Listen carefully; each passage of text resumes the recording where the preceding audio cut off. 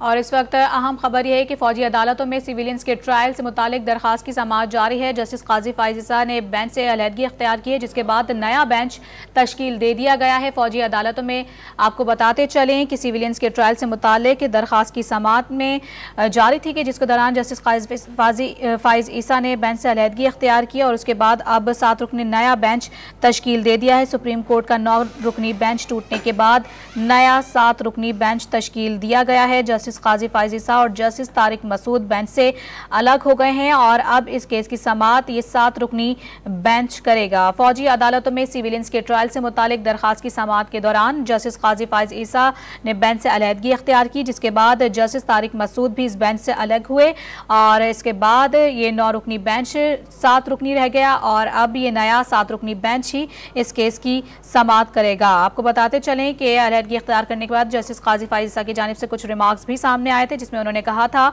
कि माजरत चाहता हूं, जजिस को जहमत दी गई और बेंच से उठ रहा हूं, लेकिन समाअत से इनकार नहीं कर रहा हूं। जिसके बाद अब ये नया 7 रुकनी बेंच तश्कील दिया गया है।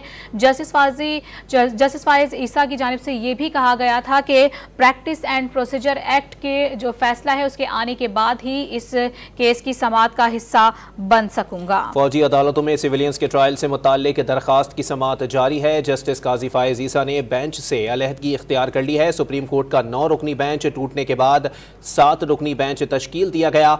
जस्टिस काजी फाइज ईसा और जस्टिस तारिक मसूद बेंच से अलग हो गए हैं। इस मौके पर जस्टिस काजी फाइज ईसा ने रिमार्क्स दिए हैं कि माजरत चाहता हूं, जजिस को जहमत दी, बेंच से उठ रहा हूं, लेकिन समाअत से इनकार नहीं कर रहा।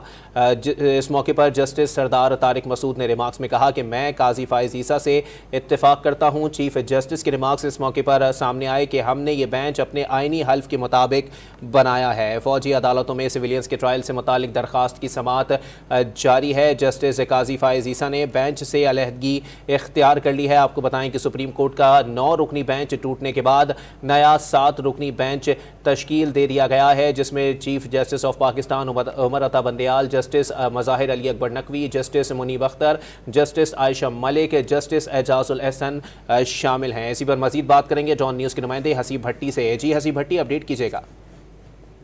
देखिए, 9 रुकनी बेंच जिससे जस्टिस काजी फाइज ईसा और जस्टिस सरदार तारिक मसूद ने अपने आप को अलग कर लिया था, जिसके बाद ये बेंच जो है वो उठकर चला गया था टूटने के बाद।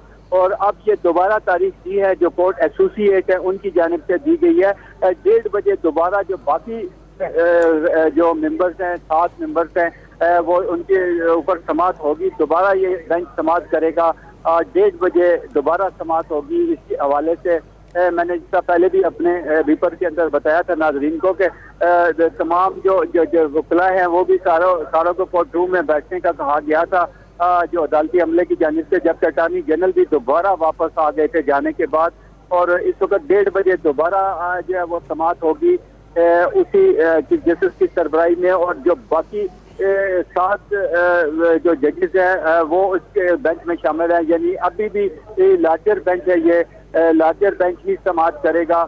और लार्जर बेंच जो सिविलियन का फौजी अदालतों के अंदर ट्रायल है, उसके अंदर जो साबिक चीफ जस्टिस पाकिस्तान है जस्टिस जवाद एस ख्वाजा और जो सीनियर एडवोकेट है बैरिस्टर एतजाज एहसन, और इसके अलावा एक जो कानून की NGO है इंसानी हकूक के हवाले से जो कानूनी तौर के ऊपर लोगों को इमदाद देते हैं, उनकी ये दरख्वास्त है। और उसके साथ साथ जो PTI के चेयरमैन हैं उनकी सबसे पहले उनकी दरख्वास्त आई थी जिसके ऊपर ऑब्जेक्शन लगा था, लेकिन वो ऑब्जेक्शन रेज होने के बाद दोबारा जमा हुई थी। जो अहमद खान उसकी जो है वो वकालत कर रहे हैं, जबकि एतजाज एहसन के जो वकला हैं उनमें सरदार लतीफ खोसा और सलमान अकरम राजा उनके वकला है। ये तमाम लोग जो हैं इस वक्त कोर्ट रूम के अंदर मौजूद हैं। 1:30 बजे अदालती अमले की जानिब से बताया गया कि 1:30 बजे दोबारा समाअत होगी। 1:30 बजे। जी।